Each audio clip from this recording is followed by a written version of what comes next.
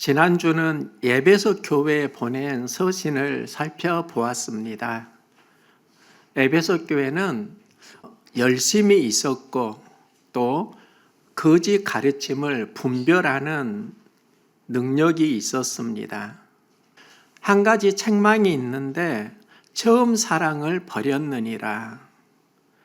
처음 사랑은 어떤 감정이 아니라 예수 그리스도 그분을 의미합니다.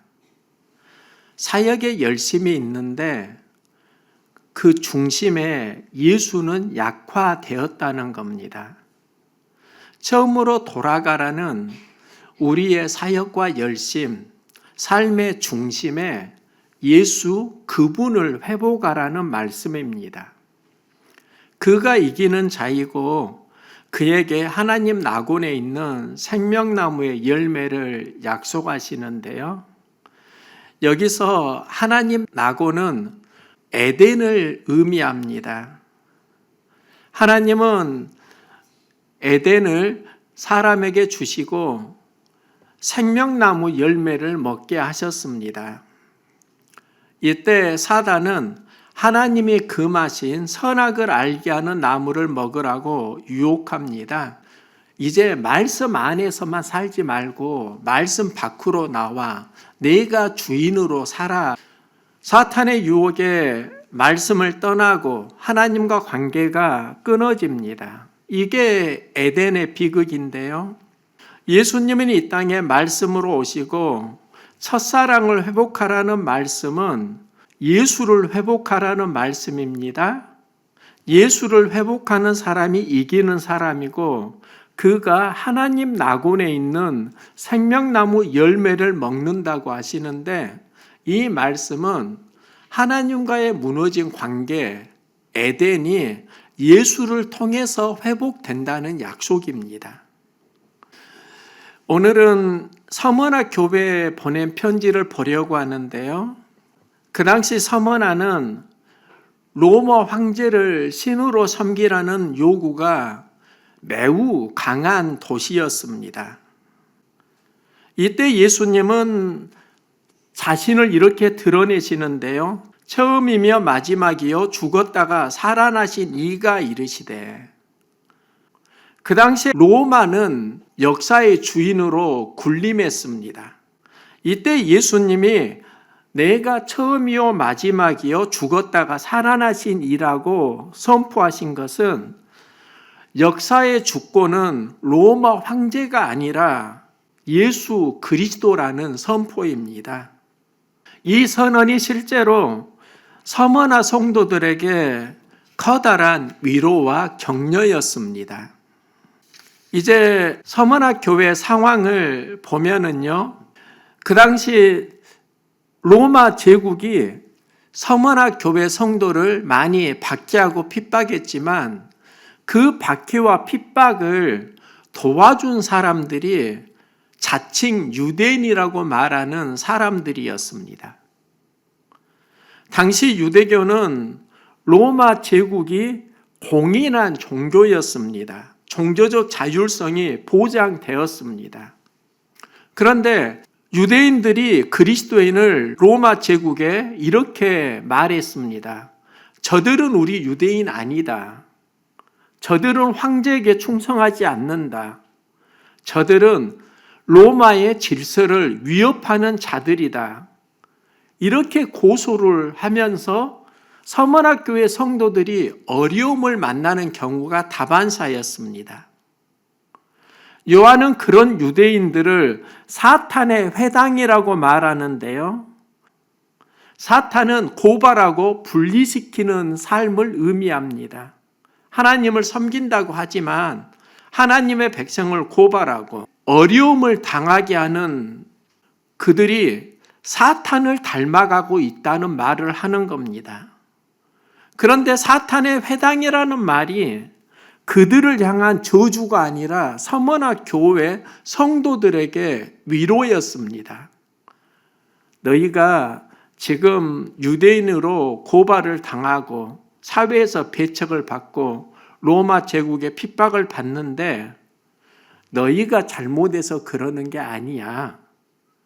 저들이 잘못해서 사탄의 앞잡이 노릇을 하니까 우리가 배척을 당하고 있는 거야.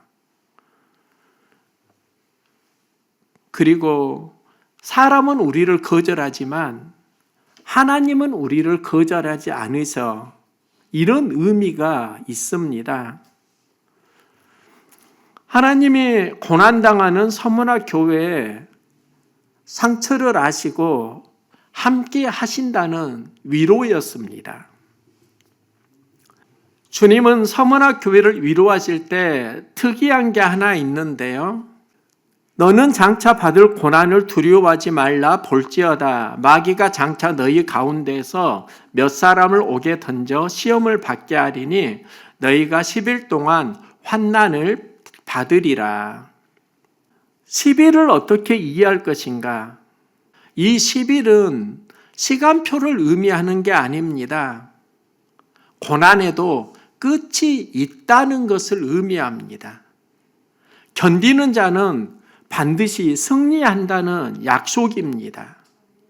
그래서 예수님은 죽도록 충성하라. 그리하면 내가 생명의 관을 내게 주리라 말씀합니다. 10일 동안 충성하라가 아니라 죽도록 충성하라입니다. 우리는 예수를 믿으면 10일 동안 환난을 받으니까 10일을 견디면 된다고 해석할 수 있는데요. 그렇게 해석하면서 요한계시록의 본질을 많이 벗어납니다. 10일은 고난이 지속되지 않고 끝이 있다는 의미이고 신실함으로 승리해야 한다는 말씀입니다. 그 당시 문화를 보면 로마 황제를 주로 고백하면 그에게는 로마가 시민이라는 인증을 해줬습니다. 로마 황제를 주로 고백하지 않으면 경제 생활을 하기가 어려웠습니다. 시장 거래에서 차단되고 일자리, 거래처를 잃었습니다. 법적 분쟁이 있을 때 그들은 보호를 받지 못했습니다. 그래서 서문화 교회가 내가 내 환난과 궁핍을 아노니 실상은 내가 부유한 자니라. 환난과 궁핍을 안다는 것은 그들이 예수를 주로 고백하면서 경제적인 손해를 감내했고 그러면서 가난해졌다는 의미가 있습니다. 그들의 가난은 게으름, 실패가 아니라 예수를 주로 고백한 신앙의 대가였다는 겁니다. 여기서 죽도록 충성하라. 이게 무슨 말인가? 로마 황제를 주로 고백하지 말고 예수를 끝까지 주로 고백하자. 이게 죽도록 충성하라입니다. 그러면 생명의 관을 내게 주리라 약속하시는데요. 이 생명의 관은 어떤 금관이 아닙니다. 헬라 언어가 스테파노스인데요. 우리가 경기에서 끝까지 완주했을 때 주어지는 것을 말합니다. 그러니까 생명의 관은 어떤 보상을 의미하는 게 아니라 예수가 주이고 생명이라는 고백을 하면 그가 궁극적으로 승리한다는 비전의 선포로도 이해할 수 있습니다. 그 당시 서문화 교회의 주교가 폴리캅입니다. 그는 로마 황제를 주로 고백하라는 끊임없는 회유와 협박에도 굴복하지 않고 예수가 주라는 신앙을 지켰습니다. 이때 로마 제국 총독이 폴리캅을 회유하면서 말합니다. 지금 내 나이를 생각해라. 가이사를 주라 맹세하고 그리스도를 저주하라. 그러면 살 수 있다. 이때 폴리캅은 고백합니다. 나는 86년 동안 그분을 섬겼는데 그분은 나를 한 번도 부인한 적이 없어요. 내가 어찌 나의 왕이요 구주이신 분을 부인하고 모독하겠는가. 이 고백을 하면서 그는 황제 숭배를 거절했고 화형을 당합니다. 서문학교의 주교였던 폴리캅은 그 당시에 죽도록 충성하라는 말씀을 삶으로 증명한 사람입니다. 죽도록 충성하라는 사역에 열심을 내라는 그런 의미가 아니라 로마 황제가 신이 아니라 예수가 주라는 신실한 고백을 의미했습니다. 귀 있는 자는 성령이 교회들에게 하시는 말씀을 들을지어다. 보라고 하지 않고 말씀을 들으라고 하십니다. 당시 로마 제국은 보이는 것이 굉장히 압도적이었습니다. 서머나에 웅장한 황제 신전이 있었고 또 황제 동상이 있었고 로마 제국의 권력과 시스템이 있었습니다. 로마 제국 안에 들어와야 안전을 보장받았습니다. 예수를 주로 고백하면서 로마 제국의 시스템 안에 들어가지 못하면 경제 활동이 힘들었습니다.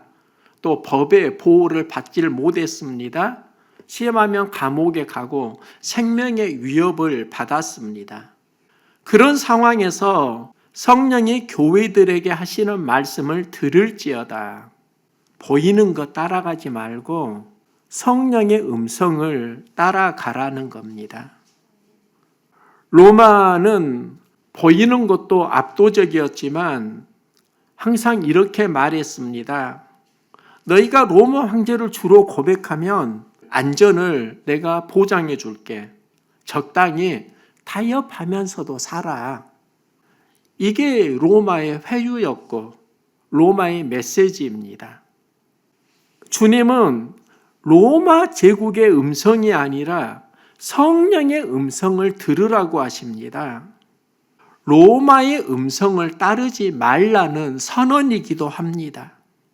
로마의 조명으로 상황을 들으면 로마를 주로 고백하는 건 시민의 의무이고 질서이고 문화이다. 이렇게 회유했습니다. 그런데 성령으로 들으면 우상화입니다. 주일학교 교사로 섬길 때입니다. 고등학교 졸업하니까 전도사님께서 주일학교 교사로 섬겨요. 그래서 순종했습니다. 그때 주일학교 교사는 찬양을 인도하고 그 찬양에는 율동이 있었습니다. 나는 몸치여서 율동이 부담되었고 전도사님에게 교사 못하겠어요. 그때 전도사님이 기도해봐. 그래서 일주일 작정 기도를 하게 되었습니다. 그리고 제가 받은 응답이 무엇인가, 누구의 조명을 받느냐에 따라 해석과 방향이 달라진다는 겁니다. 나의 해석은 부담이었습니다. 일주일 새벽 작정 기도를 할 때 상황에 대한 나의 조명을 성령의 조명으로 바꿔주셨습니다. 나의 조명은 부담인데 성령의 메시지는 도전해봐. 내가 도와줄게. 부담을 도전으로 바꾸니까 교사를 계속 섬길 수 있었고 나의 달란트가 율동이 되었습니다. 일주일 기도하고 내가 받은 기도 응답이 무엇일까? 상황을 성령의 조명으로 해석하는 거더라고요. 내가 조명할 때는 그 상황은 부담이고 피하게 되는데 기도하니까 성령이 나에게 은혜를 주시고 성령으로 조명하니까 그 상황을 도전으로 바라보게 되고 도전으로 바라보니까 성장할 수 있었습니다. 예수님이 서머나 교회에 성령이 교회들에게 하시는 말씀을 들을지어다.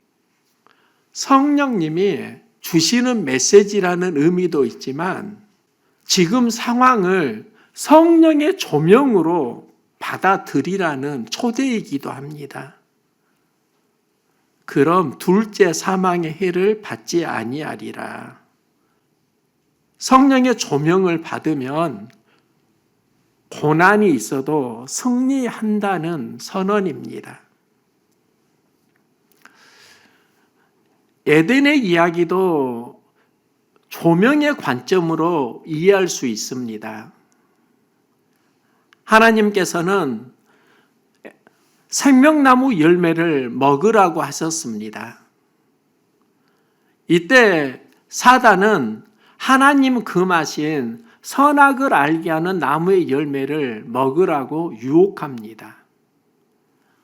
하와가 왜 하나님 금하신 그 열매를 먹고 쫓겨나게 되는가? 그의 해석이 사단의 조명을 받았기 때문입니다. 사단이 조금씩 말씀을 비트는 겁니다. 그리고 나중에는 하나님을 잃게 만듭니다. 이게 사탄의 영성입니다.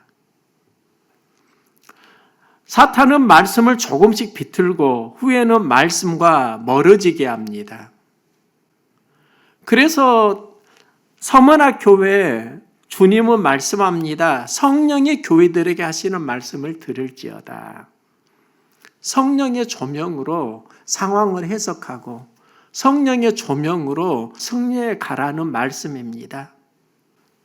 예수님이 공생애를 시작하실 때 성령에 이끌려서 광야로 가시고 40일 금식 기도를 하시는데요.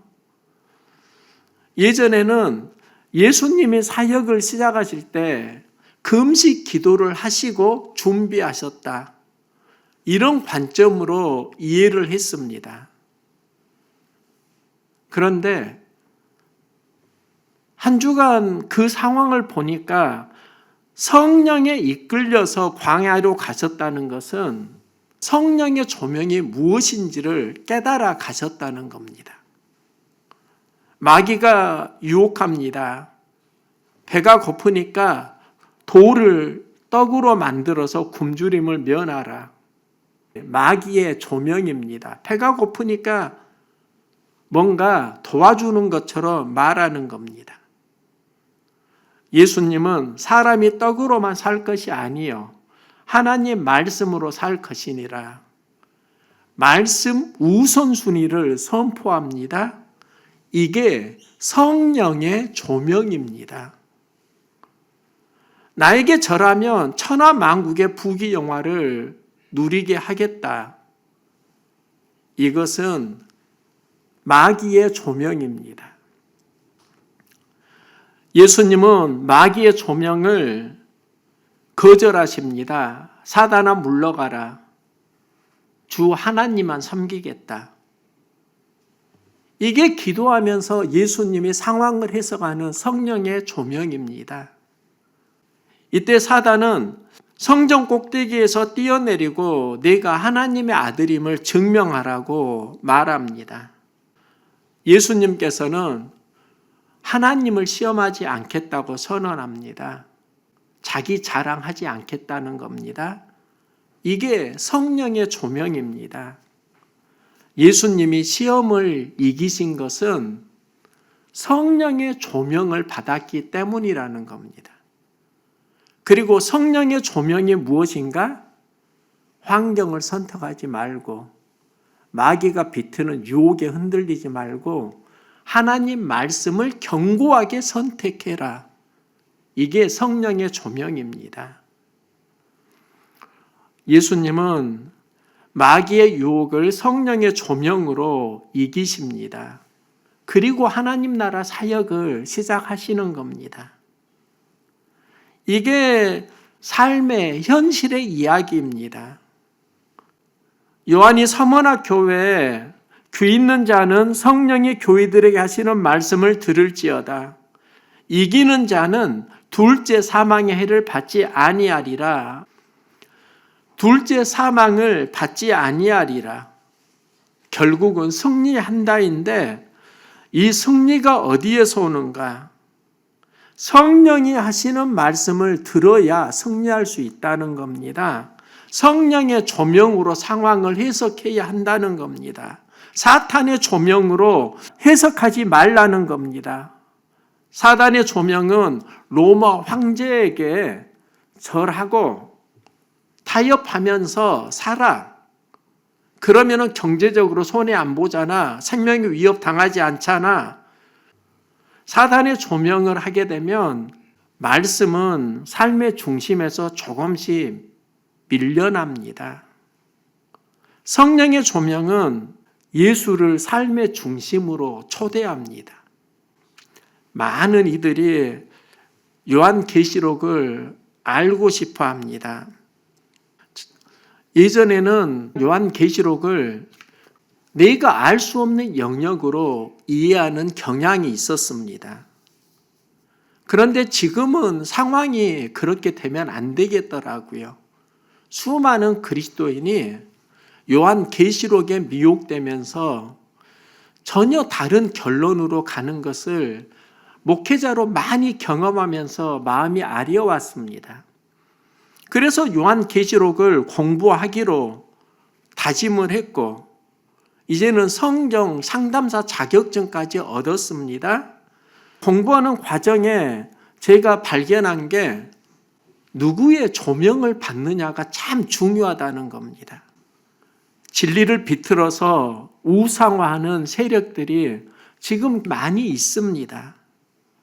그들은 구원에 이르는 길을 이렇게 말합니다. 예수는 필요하지만 예수만으로 충분하지는 않아. 그러면서 예수를 약화시키고 약화된 자리에 은밀하게 자신이 들어갑니다. 자신은 신격화가 됩니다. 많은 사람들이 거기에 미혹되고 성경의 진리와 먼 삶을 살아가고 있습니다. 사도들이 전한 말씀은 예수가 그리스도라는 것을 분명히 확증합니다. 베드로는 구원에 이르는 다른 이름이 없다고 선포하는데 그 시점이 언제인가? 마가의 다락방에서 성령 충만함을 받고 성령의 조명을 받으니까 그가 했던 선포입니다. 예수가 그리스도이고 구원에 이르는 다른 이름이 없다. 이게 성령의 조명을 받으면서 했던 베드로의 신앙 고백입니다. 사도들이 했던 신앙 고백입니다. 미혹하는 영이 우리를 조명하면 예수는 약화됩니다. 그래서 성령이 하시는 말씀을 들으라는 것은 그 당시에 이런 의미가 있습니다. 로마 제국이 예수를 부인하고 황제를 주로 고백하라고 회유하는데 로마 제국의 조명을 받지 마. 성령의 조명을 받자. 이게 성령이 교회들에게 하시는 말씀을 들을지어다입니다. 그러면은요, 답은 분명해집니다. 로마 황제가 주가 아니라 예수가 주라는 고백입니다. 예수를 주로 고백할 때 둘째 사망에 이르지 않는다. 성령의 조명을 받을 때 주어지는 약속입니다. 이기는 자는 예수를 주라고 믿음을 지켜간 사람들을 의미합니다. 그 믿음은 성령의 조명을 받은 사람들입니다. 성령의 조명을 받으면 예수가 주라는 사실은 분명해집니다. 서문학교에 주신 메시지의 중심에 죽도록 충성하라. 예수가 주라는 고백을 로마의 회유와 타협에도 양보하지 말고 지켜가자. 예수를 향한 믿음의 신실함을 의미합니다. 그가 궁극적으로 둘째 사망에 이르지 않는다는 것은 예수를 주로 고백해야 승리한다는 선포입니다. 서문학교회가 칭찬받은 이유가 무엇입니까? 신앙의 방향이 예수를 향해서 분명했기 때문입니다. 그 당시에 카이사르 퀴리오스, 로마 황제가 주라는 고백을 하라고 로마 제국은 회유하고 압박하고 협박했습니다. 이때 교회는 예수스 퀴리오스, 예수가 주라는 고백을 했고 생명을 걸었습니다. 그가 이기는 사람이고 둘째 사망에 이르지 않는 승리자입니다. 그런데 요한계시록의 본래 의미가 지금 너무나 많이 사라지고 있으니까 요한계시록을 공부할수록 마음이 많이 아프더라고요. 사탄의 조명을 받으면 예수는 삶의 중심에서 밀려나게 되고 해석은 왜곡됩니다. 예수를 부정하지는 않지만 주가 아닌 주변인으로 만듭니다. 이게 사탄의 조명입니다. 성령의 조명은 분명합니다. 예수스 퀴리오스, 예수가 주라는 겁니다. 요한계시록의 모든 상징이 예수가 주라는 고백하고 예수가 궁극적으로 승리한다와 연결됩니다. 그런데 요한계시록을 안다고 하면서 예수 이름이 아니라 다른 누군가가 자꾸 생각난다면 내가 미혹당한 거 아니야? 심각하게 고민해 보아야 합니다. 우리는 요한계시록을 보면 궁금해하는 게 있습니다. 이 사건이 언제 일어날까? 때와 시기에 집중합니다. 심판의 때가 언제이지? 어떻게, 어디에서 이루어지지? 그런데 말씀의 본질과 완전히 멀어지게 한다는 걸 알았습니다. 지금 그 상황에서 당신은 누구를 주로 인정하며 살아갈 것인가? 이 관점으로 계시록을 이해해야 합니다. 그럼 의미가 분명해집니다. 로마 황제가 주가 아니라 예수가 주이다. 예수가 승리한다. 이게 요한계시록의 진짜 메시지라니까요. 계시록으로 자신을 신격화하고 미혹하는 수많은 세력이 있습니다. 그런 가르침에 미혹되면 큰일 납니다. 그런데 미혹되고 내가 요한계시록을 이제 깨달았다고 말하는 건 요한계시록의 본질에서 멀어져도 한참 멀어지는 겁니다. 그게 미혹이라고요. 요한계시록은 그리스도 예수를 만나게 하는 책입니다. 그리스도 예수가 주라고 고백하는 말씀입니다. 계시록으로 자신을 신격화하는 가르침에 미혹되지 말고 그리스도 예수를 만나는 은혜가 있기를 소망합니다.